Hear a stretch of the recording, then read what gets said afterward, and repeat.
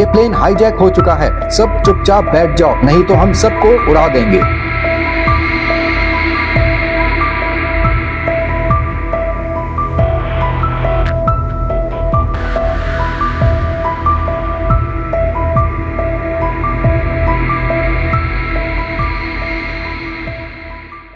दोस्तों, आज हम बात करेंगे एक ऐसी घटना की जो भारत के इतिहास में हमेशा याद रखा जाएगा। 24 दिसंबर 1999 IC-814 का हाईजैक, एक ऐसी दास्तान जिसमें डर, सस्पेंस और इमोशन सब कुछ है।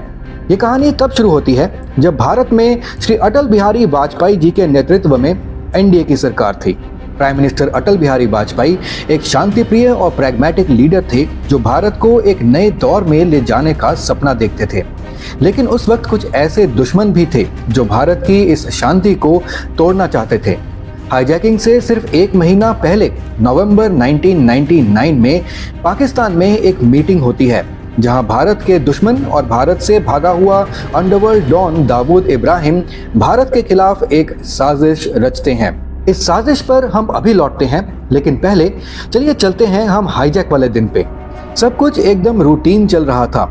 त्रिभुवन इंटरनेशनल एयरपोर्ट काठमांडू नेपाल में IC-814 जो कि एक एयरबस A300 थी, अपने डिपार्चर के लिए रेडी थी। कॉकपिट में कैप्टन देवी शरण, फर्स्ट ऑफिसर राजेंद्र कुमार और फ्लाइट इंजीनियर अनिल शर्मा, सब एक रूटीन फ्लाइट की तरह शुरू होने वाला था। तैयारियां चल रही थी, पैसेंजर्स बोर्ड कर रहे थे, पर कहीं दूर नेपाल में एक और ही खेल चल रहा था। अब बात करते हैं फिर से उस साजिश की जो पाकिस्तान में भारत के खिलाफ रची जा रही थी। हाईजैक से ठीक 4 हफ्ते पहले, यानी कि करीब 1 महीना पहले, अंडरवर्ल्ड डॉन दाऊद इब्राहिम ने अपने नेपाल में मौजूद काउंटर पार्ट को एक फोन किया। उसने कहा कि 5 आदमी जो कि IC-814 का हिस्सा बनने वाले हैं, उन्हें एयरपोर्ट सिक्योरिटी चेक से इजीली पास करवाना है। दाऊद का ये ऑर्डर बिना किसी रेजिस्टेंस के मान लिया गया। रॉ ने, जो कि भारत की एक इंटेलिजेंस एजेंसी है, उसने इस कॉल को इंटरसेप्ट भी किया, लेकिन उन्होंने इसे एक होक्स कॉल यानी कि मजाक समझते हुए इसे इग्नोर कर दिया।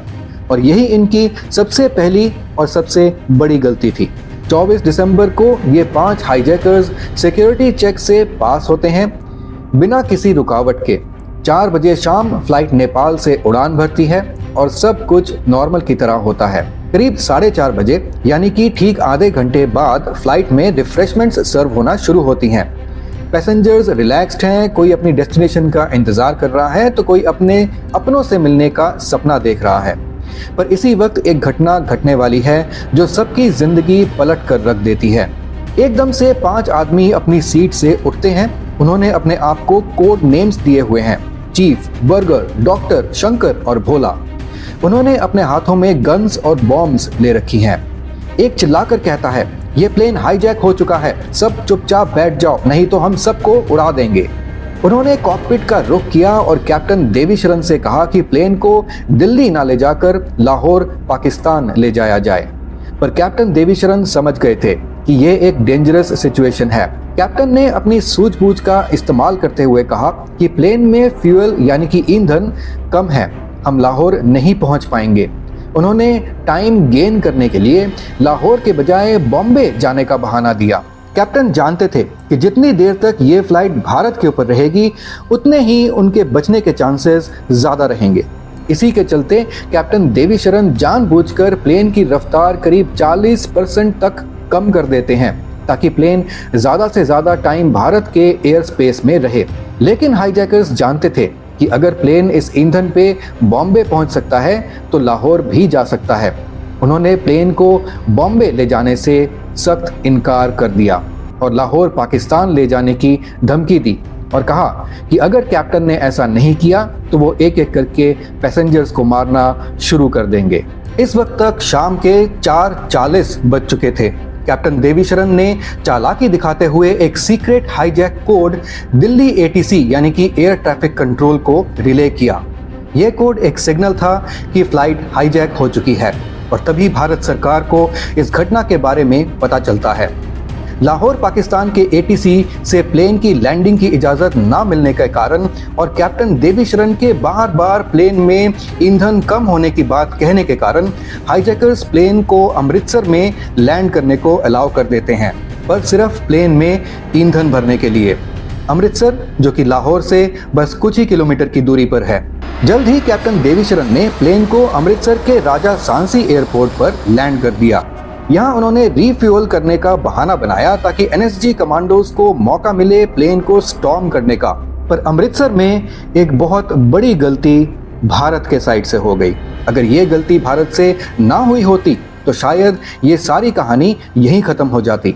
शायद भारत के एनएसजी कमांडोज इस सिचुएशन को वहीं न्यूट्रलाइज कर देते, लेकिन ऐसा नहीं हुआ क्योंकि अब इंडियन गवर्नमेंट तक ये बात पहुंच चुकी थी कि IC-814 हाईजैक हो चुका है।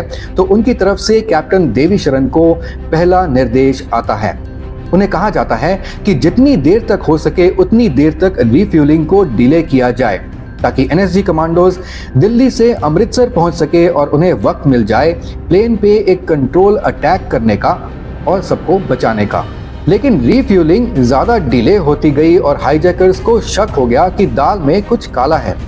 आनन फानन में अथॉरिटीज ने ये डिसाइड किया कि रिफ्यूलिंग टैंक प्लेन की तरफ भेजा जाए और उसमें पंजाब ATS यानी कि एंटी टेररिस्ट स्क्वाड के कमांडोज छिपकर प्लेन की तरफ जाएं। प्लान ये था कि प्लेन के पास पहुंचते ही कमांडोज प्लेन की टायर्स को काट देंगे और रिफ्यूलिंग के टैंक को प्लेन के सामने खड़ा कर दिया जाएगा ताकि कमांडोज उसमें से निकलकर प्लेन में घुस सकें और अपना ऑपरेशन कर सकें। सब कुछ एज पर प्लान करने की कोशिश की गई क्योंकि अभी भी एनएसजी कमांडोज को आने में बहुत देर लग रही थी।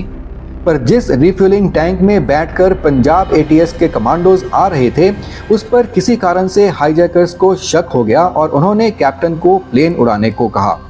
अब वो कैप्टन की प्लेन में ईंधन कम होने की बात को भी नहीं मान रहे थे और उन्होंने धमकाना और पैसेंजर्स को मारने की उल्टी गिनती शुरू कर दिया।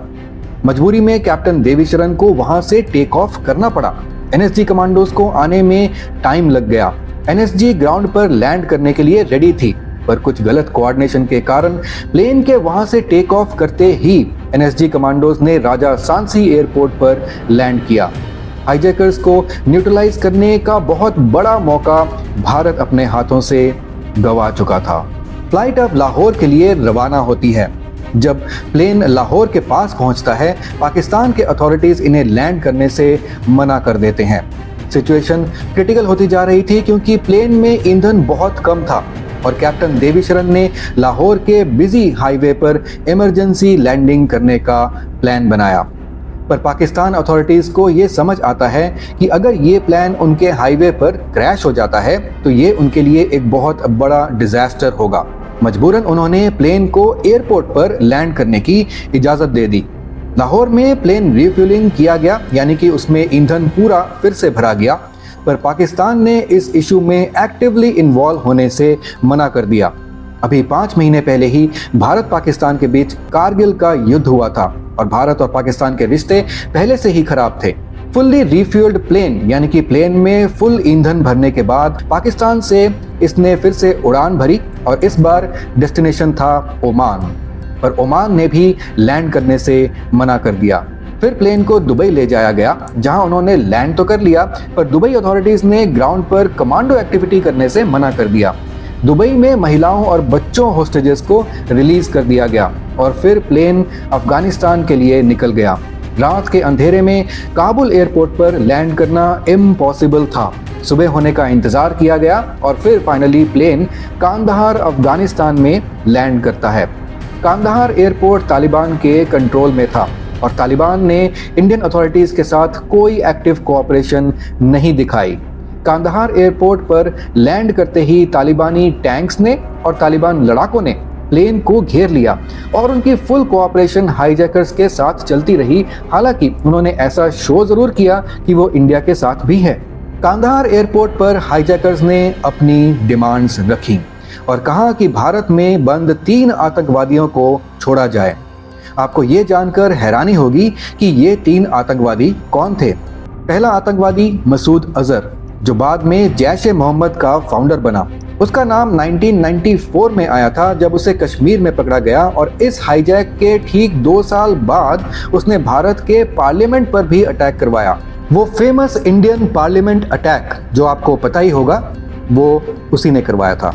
दूसरा टेररिस्ट अहमद ओमार सैयद शेख, एक नामचीन आतंकवादी जो बाद में अमेरिकन जर्नलिस्ट डैनियल पर्ल के मर्डर के लिए जाना गया। अगर आपको नहीं पता तो बता दूं कि डैनियल पर्ल अमेरिका के एक बहुत बड़े न्यूज़ चैनल के क्राइम रिपोर्टर थे जिनका सर उनके धड़ से अलग कर दिया गया था। वीडियो भी बनाई गई थी और ये वीडियो काफ़ी वायरल भी हुआ था और ये काम इसी टेररिस्ट ने किया था। और तीसरा आतंकवादी मुश्ताक अहमद जरगार कश्मीर में आतंकवादी गतिविधियों में इन्वॉल्व था। इनको पकड़ने के लिए भारत की आर्मी ने जान की बाजी लगा दी थी। ये लोग सिर्फ एक टेरर नेटवर्क का हिस्सा नहीं थे, बल्कि ये भारत के दुश्मन थे जो हर कॉस्ट पर अपना एजेंडा पूरा करना चाहते थे। इंडियन गवर्नमेंट के सामने अब 2 ऑप्शंस थी, या तो इनकार करें और सबकी जान खतरे में डाल दें, या फिर टेररिस्ट को रिलीज करके पैसेंजर्स की जान बचाएं। नेगोशिएशंस शुरू होती हैं और हर एक पल जैसे थमा हुआ लगता है। पैसेंजर्स प्लेन के अंदर घबराहट में हैं, उनके घर वाले और रिश्तेदार भारत में घबराए और गुस्से में हैं। हर सेकंड के साथ ये टेंशन और बढ़ता जा रहा था। आखिरकार इंडियन गवर्नमेंट ने पैसेंजर्स की सेफ्टी के लिए टेररिस्ट को रिलीज करने का डिसीजन लिया। 31 दिसंबर 1999 को भारत ने मौलाना मसूद अजहर, अहमद ओमार सैयद शेख और मुश्ताक अहमद जरगार को रिलीज किया। इसके एक्सचेंज में हाईजैकर्स ने पैसेंजर्स को रिलीज किया। ये घटना अपने आप में एक बड़े इमोशनल और मॉरल डायलेमा को लेकर आई थी। इस हाईजैक के बाद भारत ने अपनी एयर सिक्योरिटी पॉलिसीज को बहुत टाइट किया, लेकिन ये हाईजैक सिर्फ भारत के लिए नहीं बल्कि पूरी दुनिया के लिए एक वेकअप कॉल था। ये इंसिडेंट दिखाता है कि टेररिज्म के आगे झुकना कितना डेंजरस हो सकता है, लेकिन कभी कभी जिंदगी और मौत के बीच के फैसले हमारे कंट्रोल में नहीं होते। आज 24 साल बाद भी ये इंसिडेंट भारत के लोगों के जहन में जिंदा है। दोस्तों, ये सिर्फ एक हाईजैक की कहानी नहीं थी, ये हमारे लिए एक लेसन था। ये हमें सिखाता है कि टेररिज्म को यानी कि आतंकवाद को कभी भी लाइटली नहीं लेना चाहिए। कोई भी फोन कॉल, कोई भी फोन इंटरसेप्ट या फिर कहीं पर भी हमें किसी पर भी शक हो, उसकी तह तक जाना चाहिए और उसे लाइटली बिल्कुल नहीं लेना चाहिए। सबसे ऊपर आती है हमारी और हमारे अपनों की सुरक्षा, जिसके लिए हमें हमेशा रेडी रहना चाहिए। आप सुनीता विलियम्स को तो जानते ही होंगे। ये एक तरीके से भारतीय मूल की हैं क्योंकि इनके पिता भारत के गुजरात के मेहसाना डिस्ट्रिक्ट से बिलोंग करते थे। आजकल सुनीता विलियम्स स्पेस में यानी कि अंतरिक्ष में फंस गई हैं। क्या सुनीता विलियम्स वापस आ पाएंगी? वो स्पेस में कैसे रह रही हैं? क्या है पूरी कहानी? इसको जानने के लिए ये वाली वीडियो ज़रूर देखिएगा। मैं आपसे मिलता हूँ अगली वीडियो में। तब तक के लिए जय हिंद, जय भारत।